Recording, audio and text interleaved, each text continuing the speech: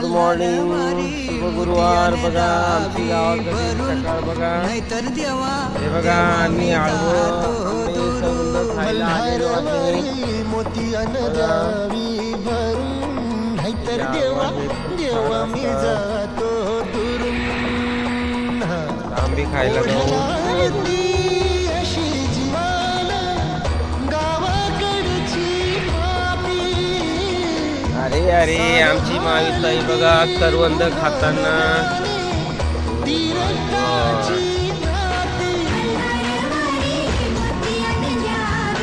पंचमीची कन्या